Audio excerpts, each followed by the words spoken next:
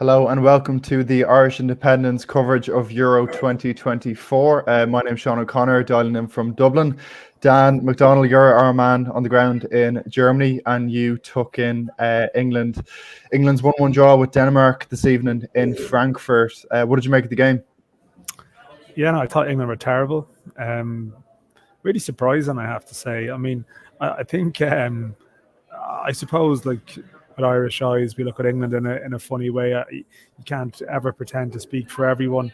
I know there's mixed views and debates around it the last couple of years when they've been competitive in competitions. But I suppose there is a lot of people out there who maybe fear England becoming really good and probably feel they'd reached a point where they were about to become a tournament-winning side. I was certainly convinced of that from covering them the last couple of tournaments, but I know they came as close as you can possibly come, really, in the last Euros. But even in Qatar, when they lost to France, you could feel like, okay, you know, they had players coming through that might plug some of the gaps they have. But I don't know, they haven't progressed at all. From there, they've gone backwards. And while I know there can be knee-jerk reactions within a tournament, I think you have to be conscious of that. They still do have 4 points from 2 games. I don't know, they just looked very fatigued, low on ideas, very easy to play against. And I sort of feel Denmark could have stepped on and won the game. I know, I mean, Denmark maybe are an aging side as well, and they might have got a little bit tired. I say as well, England aren't an aging side, like they're a young side, but they're maybe just aging in terms of ideas within this structure.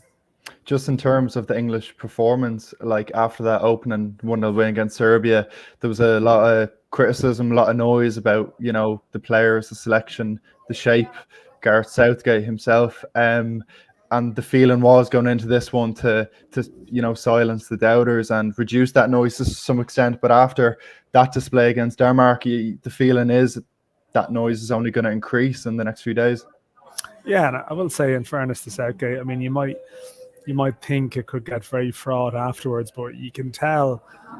I mean, I pretty grew up. You know, you followed the Graham Taylor documentary, and I've covered England in tournaments like the World Cup in 2010. Probably some of towards the end of Roy Hodgson, you know, where things got very fractious and sort of openly sort of very bitter. And you can probably tell that Gareth Southgate, I mean, he's a very good communicator, probably has a good relationship with a lot of the media that cover the team, it seems, and it's almost uncomfortable afterwards where they have to probably poke away at some criticisms. But to be fair, he probably gets there first by, he said all the right things. You know, we know with the noise that's coming the next couple of days, we have to accept it. You know, we've fallen below expectations. It was almost like a sort of a perfect PR sort of performance in terms of owning a bad performance. But that's fine. But that's just PR. Like, that's just the words. You know, I suppose the bigger picture, as you touch on, is that it's back-to-back bad performances. So no matter what you say, I suppose the actions probably speak more. Taking off Harry Kane in the big triple sub towards the end. Mention that, yeah. It's 65 minutes. Yeah, it just has that slight vibe of reaching around a little bit, and you can't find that form within a tournament sometimes.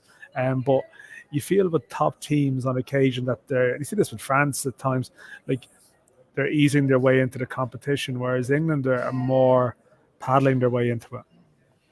Yeah, for sure. You mentioned that triple change there, and, you know, taking Trent Alexander-Arnold off from midfield after 53 minutes raised a lot of eyebrows as well. Conor Gallagher coming on for him. Just in terms of where this leaves England, it's on the one hand, as you said, they do have 4 points from the opening 2 games. They are in control of the group, but there'll be big pressure on for a strong performance in that final game on Tuesday against Slovenia. Yeah, I mean, like, yeah, there is. I mean, and you mentioned in the piece, like, you know, you overhear conversations, and like there's, you know, I think TalkSport were doing something. I mentioned it in the piece, like, near me, and they're still talking about how they're going to improve over the next 4 games, because there's that assumption that England are going to have 4 more games. That brings them to the semi-final against France, which I expect. I mean, and I say, I'm not saying that in a sort of a smart way, because I fully expected England to get to that semi-final at the start of the tournament, and maybe they still will.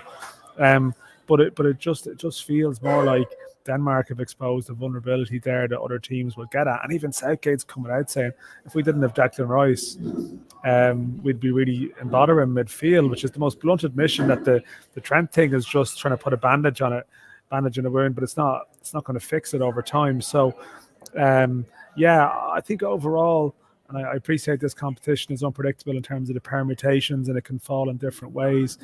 As it is, they're certain to go through. They want to go through as winners, because runners-up you'll be playing Germany. So, that's a big game for them against Slovenia. But now you're just looking and thinking, can you trust this team to regroup, to find their way to to the semi-finals? I mean, it seems to me like they're just relying on individual brilliance from players as opposed to a real coherent identity.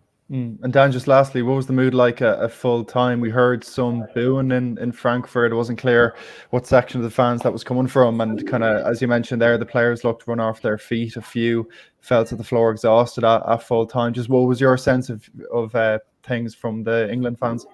That was England fans booing pretty much. Maybe, I don't know if there was Danish fans booing, maybe because the game was over. They wanted to keep going for it, but no, it was.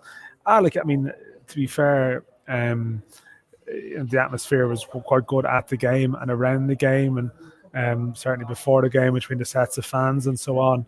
Good atmosphere, good occasion, like a lot of matches in this tournament in that respect. But just as it went on, just a bit more, that sort of anxiety crept in. That feeling that you just know within a stadium where fans are unhappy with the team and just getting annoyed with sort of pastures where nothing appears to be happening. So it's just creeping in. Anxiety was the word the Southgate used afterwards. I think it's a valid word to use. And they're in bother as it stands. Dan, that's great. Thanks for joining us live from Frankfurt. I hope you've no travel issues getting home this time around. You can keep up to date with the latest Euro 2024 coverage with the Irish Independence website. Thanks for watching.